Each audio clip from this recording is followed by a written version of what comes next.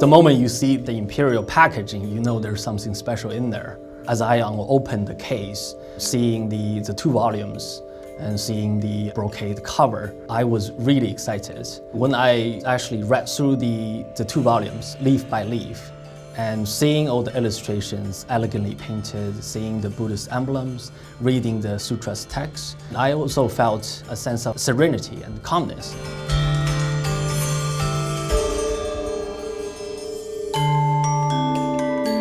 The Qianlong Emperor was definitely one of the most powerful sons of heaven in Chinese history. He was also the longest reigning emperor in China. He himself had many identities, such as a successful military leader, a scholar, a calligrapher, a painter, and a prolific poet. He was also a true believer of Buddhism. The emperor, when he wrote this particular sutra, was 35 years old. So he's still relatively at the early stage of his reign. He supported the construction of many Buddhist temples. In very simple terms, Buddhist sutras are canonical scriptures that render the teachings of the Buddha. The Sutra of Perfect Enlightenment was a very popular sutra at the time, and it was highly influential within the Yin and Chan school of Buddhism.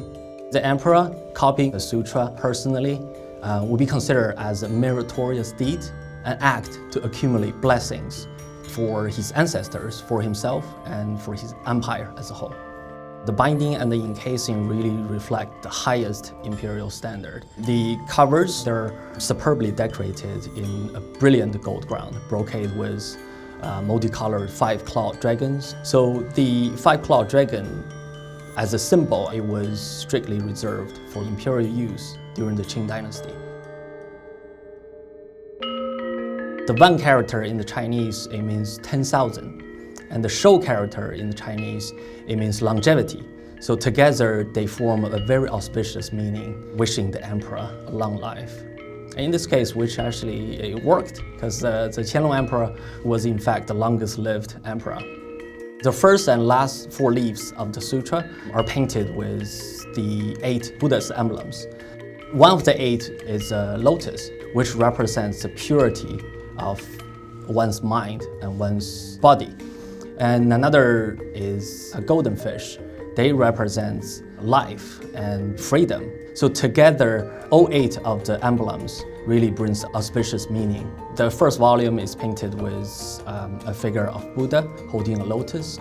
This represents the Buddha's teaching, elegantly painted in the baimiao style, which means only lines were used to join the figures, so no colorations were added.